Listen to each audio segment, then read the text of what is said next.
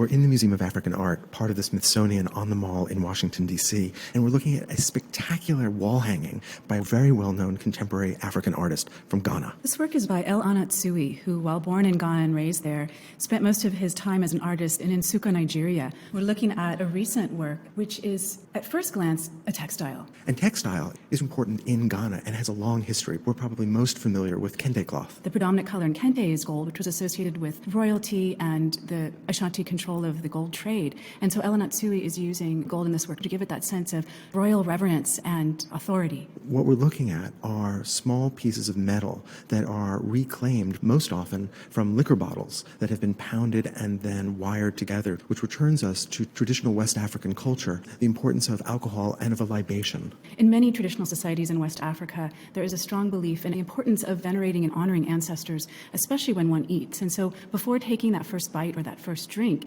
you pour libations. You pour a bit of palm wine or some other kind of alcohol to the ancestors just by dribbling a bit onto the ground. And so we have a reference here to that tradition. This was refuse, and what the artist has done is to collect these items and to transform them now into something that has powerful meaning and is stunningly beautiful. This sculpture, this textile, was made up of pieces, that is, smaller square sheets of this material that would have been created by Anatsui and today more so by men he employs in his workshop, who create these squares and then lay them out. And Anatsui will often climb up on a ladder or look from above to figure out how to arrange them and put them together. And he may travel with this piece and put it up, or it might just be shipped and it's really up to the curator how it's going to be hung. So in each new location, it takes on a different form. Notice it's not flat. It really is intended to be sculptural and come out into our space. I'm really interested in the idea that this was something that was done not only by the artist but also by his workshop. In the West, we often think of that as detracting from the value of the object because the artist is not solely responsible for the work. But in African culture, traditional cloth was often a more communal activity.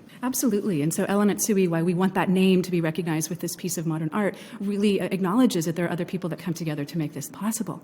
One thing that he also mentions is that these objects have had a life before, and in fact, they've been touched and handled and manipulated by someone. And that harkens back to a belief system. You can find this among the Ashanti, for example, this idea of sunsum, or an aura or an energy that gets transferred into objects that people handle most often. So it has an energy and electricity, a sort of vitality of this history. Those words, energy, vitality, are so appropriate just visually to the surface. Look at the way that the light plays over it. You called it sculptural. It is not a flat surface. It intentionally bulges. There are valleys and hills, and our eye rides over this really sensuous surface. We have to remember that this is recyclia. This is a piece that's completely recycled from materials that would have otherwise ended up in large trash heaps just outside of almost any major city in Africa. Anatsui is using his traditional visual vocabulary, his heritage, to make sense of this very complicated idea of consumerism and capitalism that is such a part of people's lives in Africa today.